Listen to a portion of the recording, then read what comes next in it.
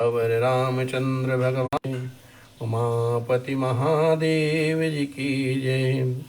बोलो भाई सब संतन की जय। पूज्यपाद गोस्वामी श्री तुलसीदास जी महाराज की जय।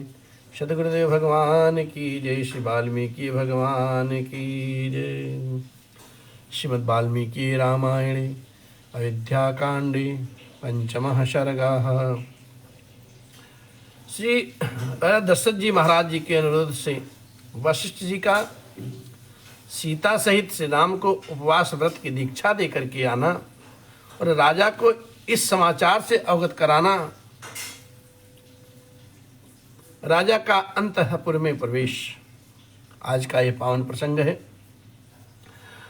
संदेश्य रामं नृपति शोभाविन्यभिषेचने पुरोहितं समाहूये वसिष्ठम् इदमं ब्रवीत।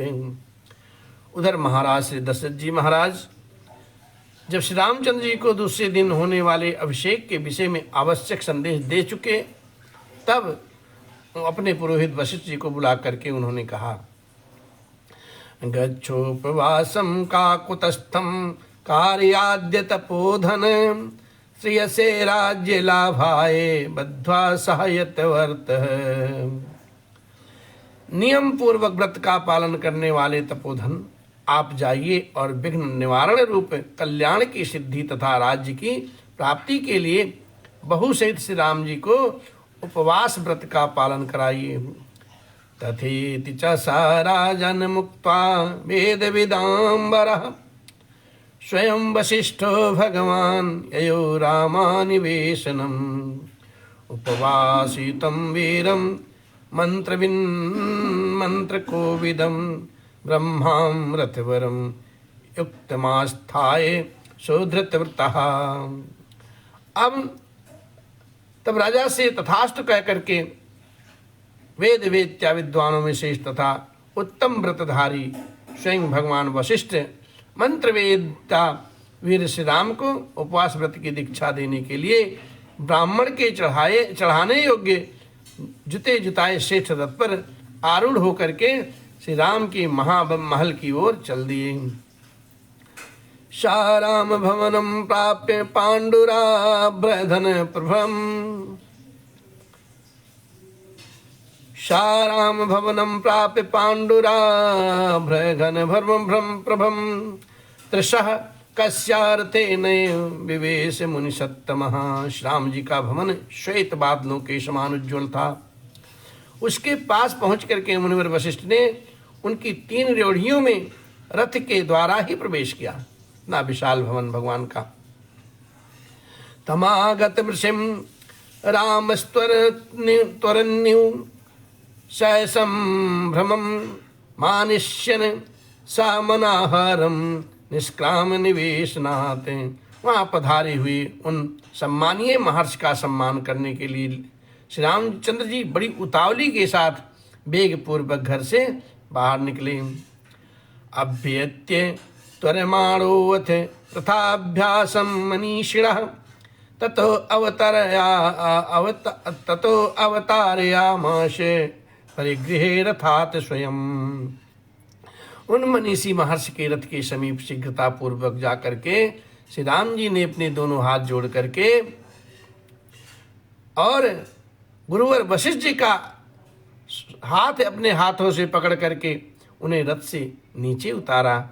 सहचैनम प्रसिन्तं दृष्ट्वा संभास्याभिप्रसादत् च प्रियाहार्यं हर्षयन् रामित्वाच पुरोहिता।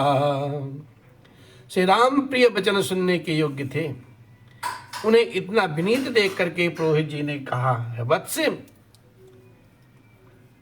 ऐसा कह करके पुकारा और उन्हें प्रसन्न करके उनका हर्ष बढ़ाने के लिए इस प्रकार से कहा। क्या कहते हैं? प्रसन्नस्ते पिता राम यत्त्वं राम अवाप्यसि उपवासं भगवान अद्य करोतु सहसीतया।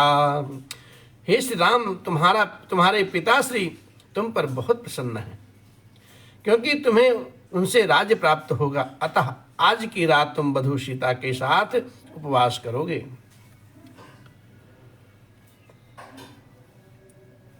प्रातस्त्वामभिषेकस्तां राज्ये नराधिपः पिता दशरथा प्रीत्या यातिं नहुषो यथा। हे रघुनंदन, जैसे नहुष ने यताति का अभिषेक किया था, उसी प्रकार से तुम्हारे पिता दशरथ जी कल प्रातः काल बड़े प्रेम से तुम्हारा युवराज पद पर अभिषेक करेंगे। इत्युक्त्वा सा तदा राम उपवासं यत व्रतः मंत्रवत कार्यामाश वैदेहिया सहितम शुचि। ऐसा कह करके व्रतधारी एवं पवित्र महर्षि ने मंत्रोच्चारण पूर्वक सीता जी सहित श्री राम को उस समय उपवास व्रत की दीक्षा दी। ततो यथावद रामेण साराज्ञो गुरुर्चितः अभ्युनुज्ञाप्य ककुत्स्थम ययो राम निवेशनात्। तदंतर से रामचंद्र जी के महाराज के भी गुरु वशिष्ठ का यथावत पूजन किया। श्री रामचंद्र जी ने महाराज जी के भी गुरु वशिष्ठ जी का यथावत पूजन किया। फिर वह मुनि राम की अनुमति लेकर के उनके महल से बाहर निकले। सुहृदभिस्तत्र रमा रामोऽपि सासीना प्रियं वदैः सवाजितो विवेशाथे तानुज्ञाप्य सर्वशः। श्री राम भी वहाँ प्रिय वचन बोलने वाले सुहृदों के समान कुछ देर तक बैठे रहे। फिर उनसे सम्मानित हो उन सब की अनुमति ले पुनः अपने महल के भीतर चले गए। हेष्ट नारी नरियुतम राम वेश्यम तदा बभौ यथा मत द्विजम गणम प्रफुल्ल नलिनम शरः। उस समय श्री राम का भवन हर्षोत्फुल्ल तथा नर नारियों से भरा हुआ था और मतवाले पक्षियों के कलरों से युक्त खिले हुए कमल वाले तालाब के समान शोभा पा रहा था। साराज भवन प्रख्यात्य तस्माद राम निवेशनात् निर्गत्य ददर्शे मार्गम वशिष्ठो जन संवृतम। राजभवनों में श्रेष्ठ श्री राम जी के महल से बाहर आकर के वशिष्ठ जी सारे मार्ग मनुष्यों की भीड़ से भरे हुए देखे। वृंद अयोध्यायां राजमार्गा समन्ततः बभू अभिसंबंधाः कौतूहल जनैर्वृताः। अयोध्या की सड़कों पर सब ओर से झुंड के झुंड मनुष्य जो श्री राम जी का राज्याभिषेक देखने के लिए उत्सुक थे, खचाखच भरे हुए थे। सारे राजमार्ग उनसे घिरे हुए थे। जनवृंदोरिम संघर्ष हर्ष अस्तनवृतस्तदां जनवृंदोरिम संघर्ष हर्षस् स्वन्वृतस्तदा बभूव राजमार्गस्य सागरस्यैव निःश्वनः। जन समुदाय रूपी लहरों के परस्पर टकराने से उस समय वे जो हर्ष ध्वनि प्रकट होती थी, उससे व्याप्त हुआ राजमार्ग कोलाहल समुद्र की गर्जना की भांति सुनाई देता था। सिक्त